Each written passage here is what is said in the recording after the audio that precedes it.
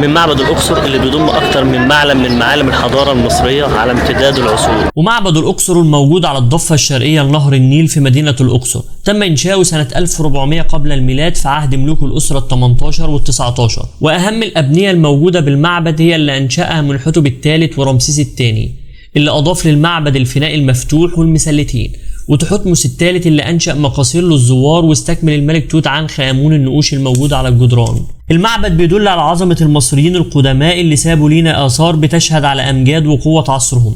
وكمان المعبد اتبنى فيه الكثير من الكنائس خلال العصر الروماني، وكمان موجود فيه أثر إسلامي ومسجد أبي الحجاج الأقصري اللي اتبنى على جزء من المعبد وكان كنيسة، واتبنى في عهد الدولة الأيوبية.